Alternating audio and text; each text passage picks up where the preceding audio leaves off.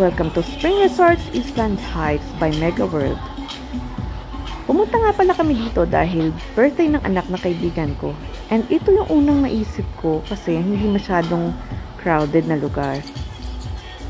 Ayan, may mga dala kaming food pero it is better not to bring food na lang kasi may corkage sa 300 per person ang food. So not worth it. Ang mahal. Meron din restaurant kasi sa loob na pwede ka mag-order ng food and drinks. Hindi kasi namin alam na meron palang corkage fee. So, nagdala kami ng food. Better talaga na sa restaurant na lang kayo bumili. Masarap naman yung food and drinks sila doon. Lalo na yung mga shake nila. And meron din silang freebies na whiskeys. Ang entrance nga pala here is, I think, more or less 550 kapag hindi ka homeowner or lot owner or member. Okay? If ever naman na member ka, so ang entrance fee or lot owner or homeowner ka, entrance fee ay 400 and sa kids naman ay 200. Pwede na din yung price.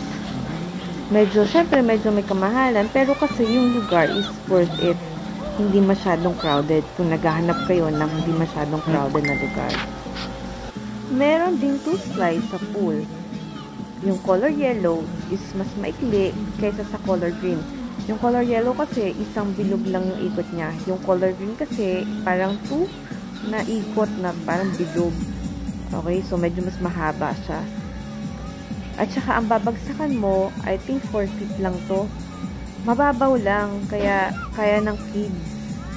Kaya nilang pagbagsak, makaahon agad. Kasi tatapakan agad nila yung floor. I think 3 feet to 4 feet lang to. Mababaw lang kasi talaga siya. Sobrang nag-enjoy naman yung mga kids and even us, adults. Sobrang nakakatuwa kasi dito. Ang napaka-peaceful niya. At saka hindi masyadong crowded, yun ang importante. Dito sa video, nag-try din kaming mga adults. So, hindi naman nakakatakot yung slide. Kasi, depende siguro sa suot mo kung madulas. Pero ako kasi, ayan ako, paparating na ako. Hindi ako masyadong nadulas. Okay? So, bumagsak ako. Ano lang, gentle lang. Unlike itong kasama ko, kasi parang silky yung shorts niya. Ang bilis ng pagkakaslide niya. Tapos kasi nakahiga siya. So, dapat nakaupo ka lang para hindi ka masyadong magbilis.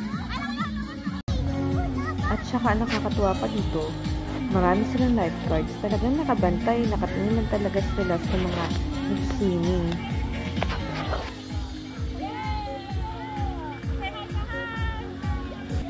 Meron nga pala silang bubbles. Yay! Everybody enjoy it.